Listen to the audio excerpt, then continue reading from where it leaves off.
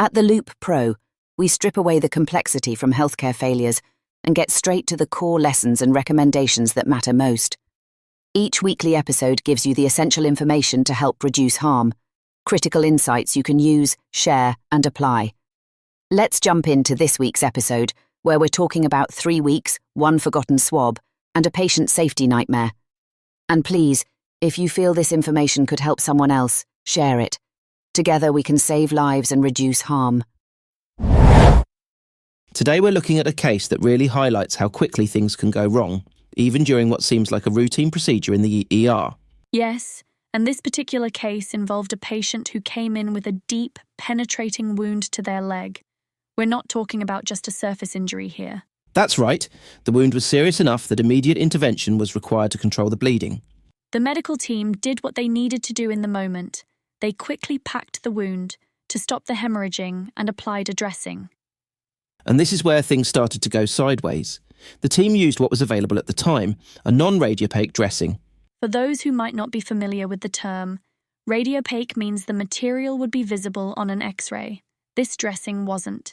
Right, and at the time this might have seemed like a minor detail in an emergency situation.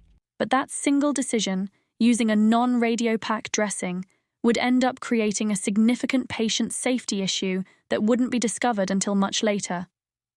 It's really one of those cases that shows how even the smallest decisions in emergency medicine can have major consequences down the line. So can you explain exactly what happened after they used this non-radio-opaque dressing? The real problem started when the wound began healing over the dressing that was still inside. Right, and because the dressing wasn't radio-opaque, it was completely invisible on all the follow-up X-rays and scans. That's right. The medical team had no way of knowing it was still in there. It was like trying to find something invisible. And this went on for 3 whole weeks. The patient was going about their life with this swab inside their leg. It's pretty scary when you think about it. The patient was having follow-up appointments. Everything seemed to be healing normally on the surface. But underneath, this dressing was still there, potentially causing all sorts of problems. And here's the really shocking part. They only found it by complete accident during an unrelated surgery. That's right, the surgical team was working on something completely different when they discovered this forgotten dressing. Just imagine the potential complications that could have developed.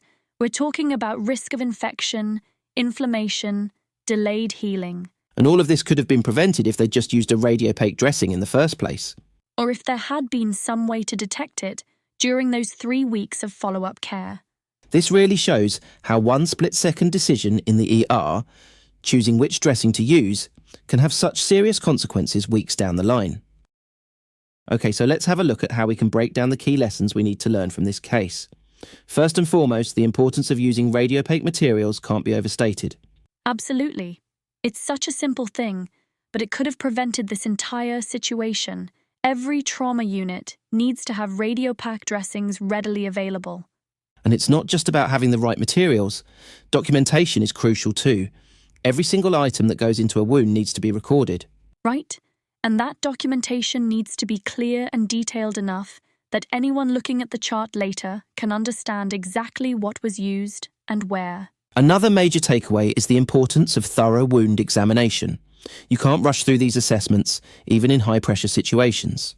Especially in high-pressure situations. That's often when these critical details can get overlooked. And let's talk about team communication. There needs to be clear handoff procedures between shifts and departments. Yes, that makes so much sense. Everyone involved in the patient's care needs to know what materials were used during the initial treatment. That includes the follow-up care team, the radiologists, everyone. You know what's interesting? All these recommendations seem so basic when we talk about them. But that's exactly why they're so important. It's these fundamental practices that form the foundation of patient safety. And we need systems in place to support these practices, like checklists for wound care procedures, standardised documentation forms. And regular training sessions to reinforce these protocols, because even experienced healthcare providers can benefit from reminders about these essential safety measures. The goal is to make these best practices so routine that they become second nature, even in emergency situations. Exactly. We want these safety measures to be automatic, not something we have to stop and think about in the middle of treating a trauma patient. Now let's talk about what we can all do right now to put these lessons into practice. What immediate actions can healthcare providers take to improve patient safety? Well, one of the most important things is to do a complete inventory of your supplies. Make sure you've got those radio-opaque materials readily available in every treatment area.